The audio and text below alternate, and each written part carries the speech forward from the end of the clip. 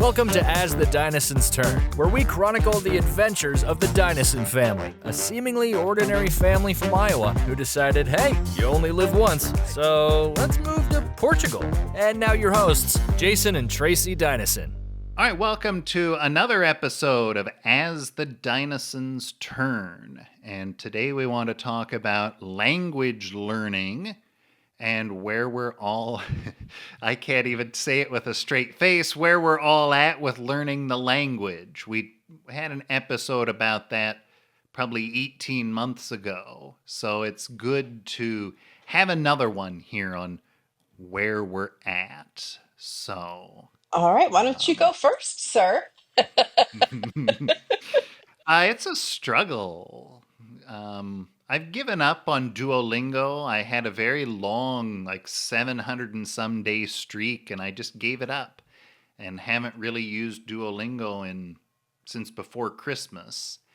I just felt like it wasn't really helping me, and you get bothered every day by Duolingo to keep your streak alive, but So why I is Duolingo not a good go-to for people who are thinking of moving to Portugal? I think you have to talk it about may that. be fine for other languages, but for Portugal, well, number one, it's Brazilian Portuguese, which is close to Portugal Portuguese, but not always the same. That's actually not my biggest problem with Duolingo, though. It's that there's no real teaching going on.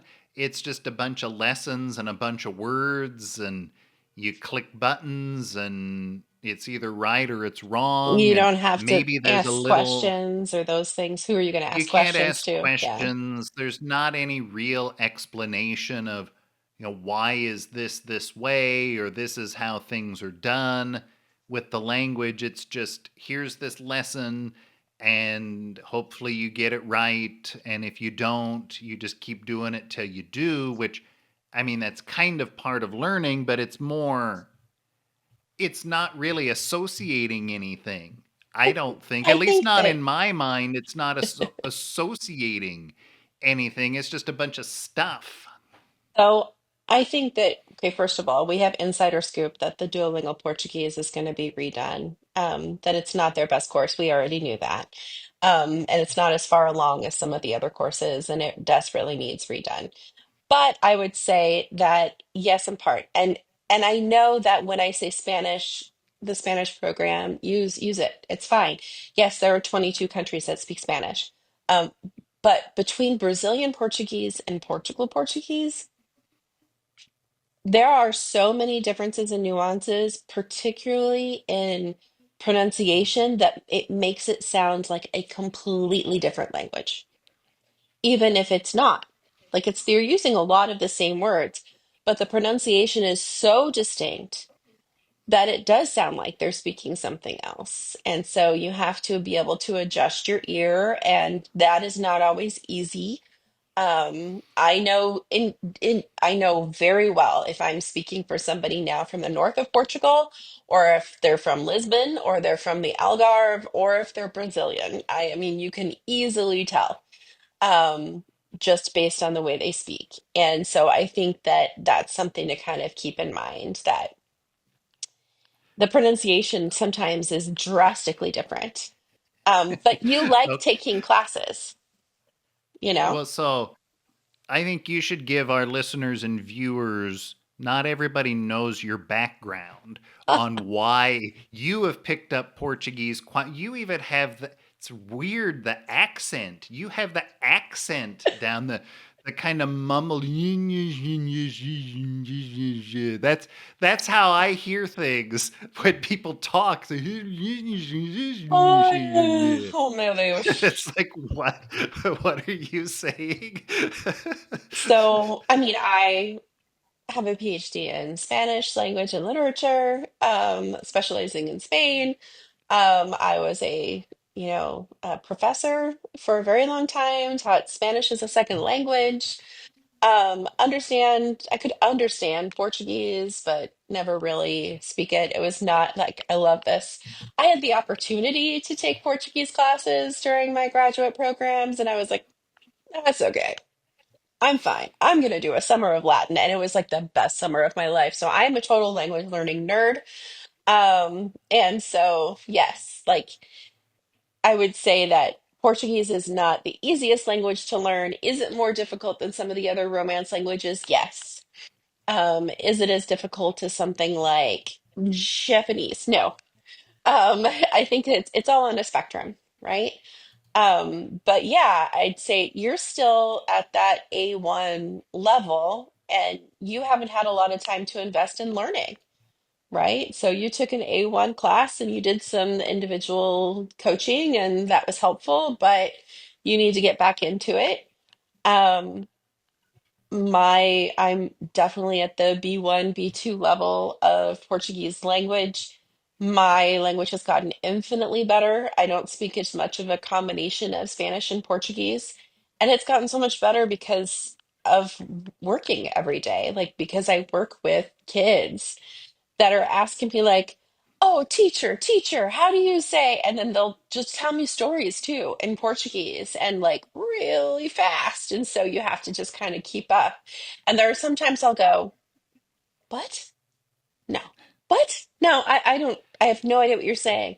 And then they'll say it again. And I'm like, "Oh, you mean this?" They're like, "Yes, teacher." But they give me a hard time. And when I pronounce something correctly, one of them will stop and say, "Teacher, you said it right." Because I sound like a Spaniard who's trying to speak Portuguese half the time. Now, I've witnessed you speaking Spanish. People think that you are from Barcelona, right? That's your actually Well, you think it would be Seville because outside of Spain, that's where yeah, you lived in Seville for a number of years and yeah. that's where your heart is, but people think you're from Barcelona. I remember an old man on the Camino de Santiago.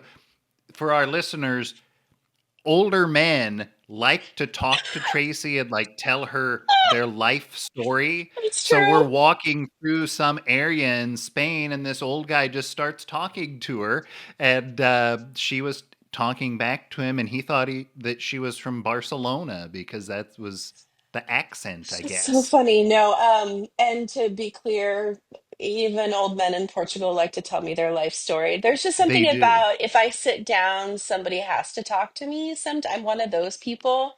And usually it's older men that are sitting around waiting on their wives because of machismo culture.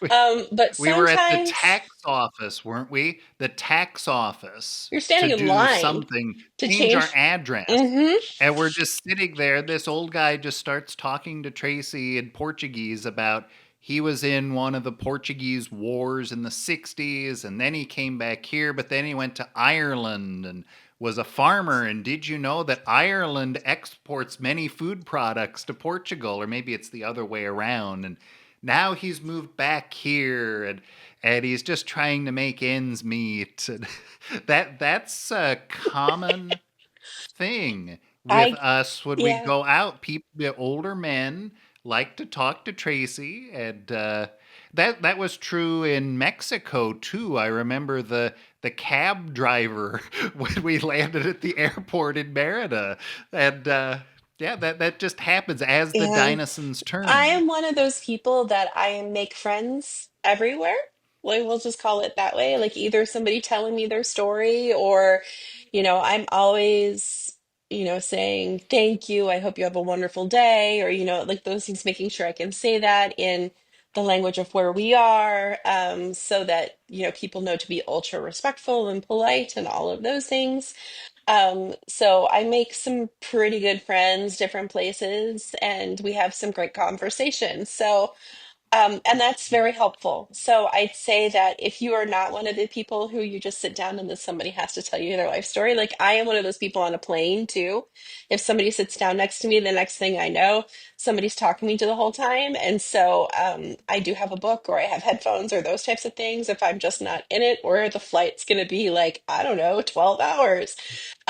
So I think that That is definitely a thing. And my former students can attest to walking up and I'm sitting in a plaza waiting for them and somebody's sitting down and telling me all kinds of things. But it does seem to be older generations. I've been on buses before and an older woman, you know, rode the entire bus line to show me around Seville and have conversations with me and all of that kind of stuff. Just she knew that I was moving, that I was just moved there. And so I think that having those conversations with people is important. Well, I But like to yeah. do that too, but I can only do it in English. So that's the hard part. Is that if you speak English, I can sit and have a cup of coffee and talk to you about anything. But Well, how and did I do when we went to the cell phone store to try upgrading my phone? I did try talking to the guy in Portuguese. He seemed to understand, sort of. I'm sure I mangled quite badly what I was trying to say, but he seemed to understand. And then you were able to jump in and rescue me, because that's what happens a lot. Is it's like, okay, we got things started, and then suddenly it's like, and it's like, then it's like, okay, I understood one word that they said. I don't even know how many words they were saying, because it's all just kind of like, they feel that way when a they big when a yeah, explosion they feel the of same way when you sound, speak a English, string huh? of something. So, Well, anyway, how do you think I did? I think you did great. You walked in, we were looking at the phones, you explained what you wanted to do. You wanted to trade in your phone, upgrade it so that you could, you wanted to upgrade your phone to the newest model. And then we had options and we were like, yes, we know what those things are. The guy was funny. He didn't like our pronunciation with numbers, but I think he also wants to practice his English. It was really funny.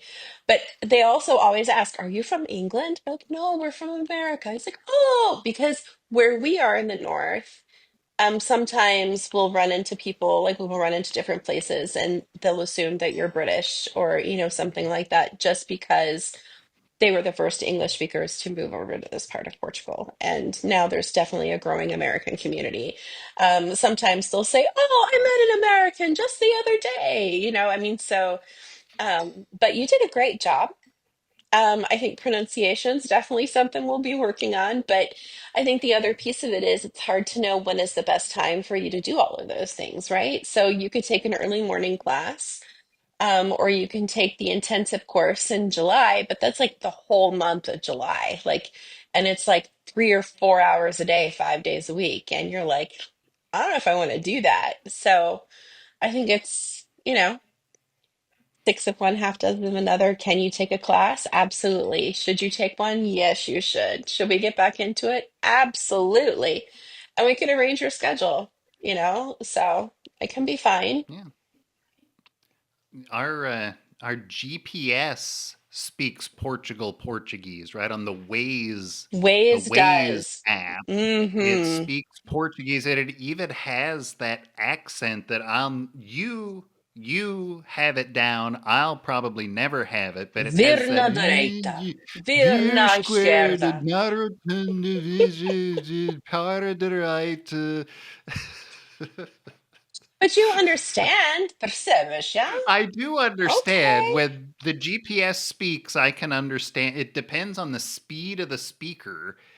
And sometimes people barely even open their mouths when they talk, and it just is like rapid fire mumbling, is how it comes across to me. I do think that there is a different enunciation and movement of mouth when it comes to Portuguese in Portugal. It very much reminds me of what I would call the Cuban mush mouth, which is everything's here, right? And so the lips don't move as much, and so you can't actually use that to your advantage. And so I think that that is definitely part of it. Um, I don't know. I'd say that the kids are doing really well. Tyler is a solid, probably A1 moving into A2 level. Same thing with Jack. He's definitely doing well. They're so impressed with how much they've improved, and particularly in their reading and writing skills. Their listening skills are really solid. They're working on their speaking now. And even doing formal presentations, parts of group work, all of those things, they can totally do it. And so that's really good. And even, they will watch something on Netflix and things like that. And we'll look and see, does it have Portuguese subtitles? And if it does, then we'll put it on. And I love that, the lingua no materna teacher, Jack's teacher in particular, said to Jackson, you should watch the news because it's a great way to learn, like practice your Portuguese, which would be true if you could understand everybody who is from Lisbon. That's not always the case, in my opinion. I can definitely understand the northern accent. For me, it's much clearer. But I am so excited because next week, starting March 9th, we are going to start watching Married at First Sight Portugal, and that's going to be a great way to practice Portuguese. So he's going to watch that with me. We watch food cooking shows all the time. And so I think that there are things that we can do to increase our Portuguese here at home more. Um, my students and even their teachers will ask, do you speak Portuguese at home? And we're like, no, not really. And the reason for that is because language fatigue is real. Like after I've been out all day long using Portuguese with my students, or they've been at school from 8 in the morning until 6:15 at night, and then Jack gets on a bus at 6:30 and gets home at almost 7, just because of getting off the bus and walking, and it could be raining or whatever. So 6:45, 7 o'clock, they're tired. Like they can't take anymore. They can't take any more Portuguese. So I think that we've made an actual upper, like an effort to expose everybody to Portuguese during this carnival break time that we've been on. And we'll have to continue doing that during breaks because otherwise they're not gonna keep their progress up. And I think that's important. So I think that we're all doing pretty well, in the set of what we've actually been working on. But it's not easy to do. There are some continuing education programs in the United States where you can take online classes, for Portuguese. But and here you can take online classes absolutely in small groups, and they're for different people. I mean, when I took my classes online, it was fantastic, but it was also, a good 3 or 4 hours a week that were dedicated to your classes, 2 hours a night usually. And but I got to meet people from all over the world that had immigrated here and get to know them and what they were doing, and that is amazing because you get to meet people from all over the world that have moved here, but that are also all over Portugal, and so that was fun too. So pluses and minuses. You'll just have to decide what your next learning opportunity will be, Mr. A1 novice. You're like definitely on the novice slow, move into novice mid. If we're going to use US things, the boys are I don't definitely at know. that advanced, novice advanced, and I'm in that I solid don't know. intermediate. Novice mid might be giving a little more credit. I think you're a novice low. I love you, but I think you're still a novice low. But I think that we've actually seen that you've retained what you retained a lot of what you learned to begin with. And so that I think is just as important. And it was harder for you to learn, and I think that that's okay. I had a leg Well, up. Yeah. I'm a little older and have never had to learn a foreign language before. You did French, but it was like you were eating your broccoli, remember? The options were French. I think on our one of our earlier podcasts I said French or German. That was not true. It's French or Spanish. They had gotten Oh, rid of German by the time it got to that point in high school for me. So it was French or Spanish and everyone was taking Spanish. So I was being contrarian and was like, well, I'll take French and it's probably easier anyway than Spanish. And I was never too concerned about whether I got an A or not. I didn't want to get C's. See, in my defense, I do not say C's get degrees. That's not. I don't want to Well, get hell, C's D because is then for degree, honey, not in some cases. D is for degree. Well, see, if you get a C, then people hassle you. Your parents hassle you. Teachers tell you how disappointed they are. But if you get A's, number one, that's a lot of work for not a corresponding trade off. As far as, like 16-year-old me, I was like, No. what's the reward? Why would I work that hard to get an A? And then you people expect me to do that every time. I don't want to be put in that position. So it's like I'll just do whatever I have to do to get a B. I'll just be there. I will be and get a B. And hopefully no one talks to me. Hopefully I don't have to do anything. Hopefully all that I need to do is just kind of muddle through it and I'll get my B and I'll move on and then I'm never going to be in school ever again Oh, is that's what I right. said. Yes. Well, welcome to reality. Lots of school after that. Now needing to learn language, all of those pieces. You could still try and get a B, but whatever.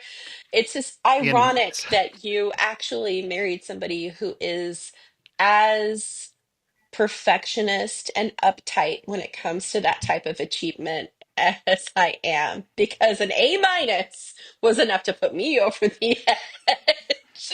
Well, what's So I funny is lost I my am a mind. perfectionist. You I am are. a perfectionist and I'm very competitive, but I have a different view of that.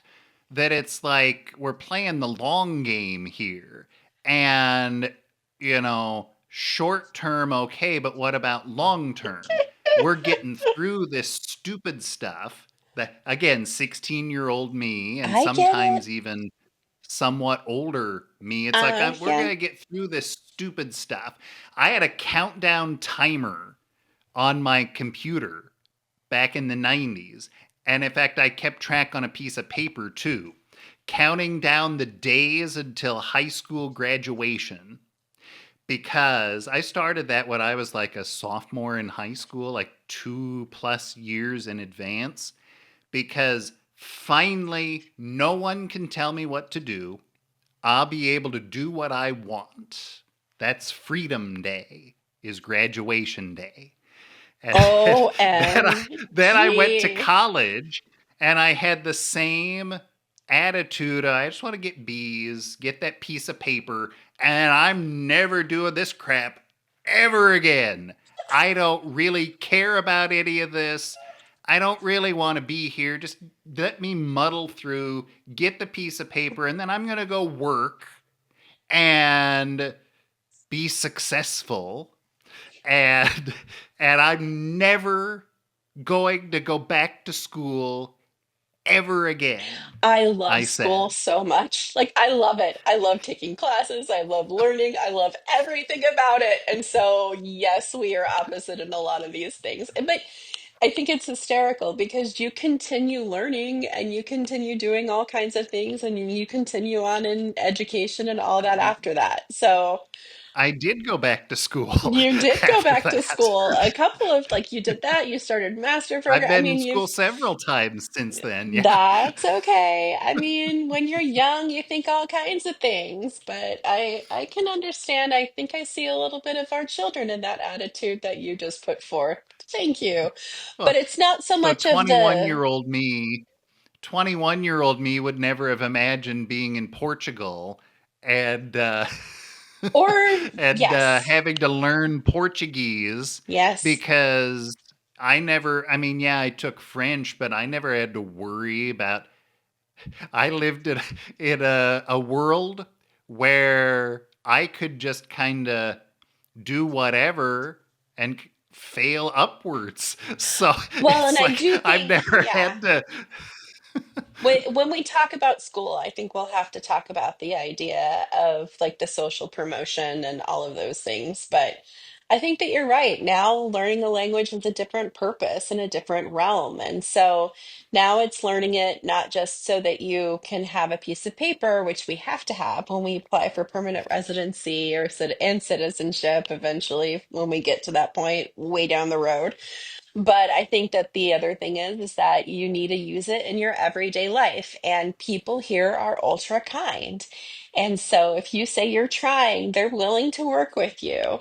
And then they want to do the same thing with their English. And so it's a good exchange. And I even have deals with some people where I speak Portuguese and they speak English and they practice and I practice and that's okay. And so I think that it's definitely going to be a long-term thing, and getting back in classes, I think, is your goal for this next year so that you can, make sure you have that time and that you continue that learning so that you feel even more confident.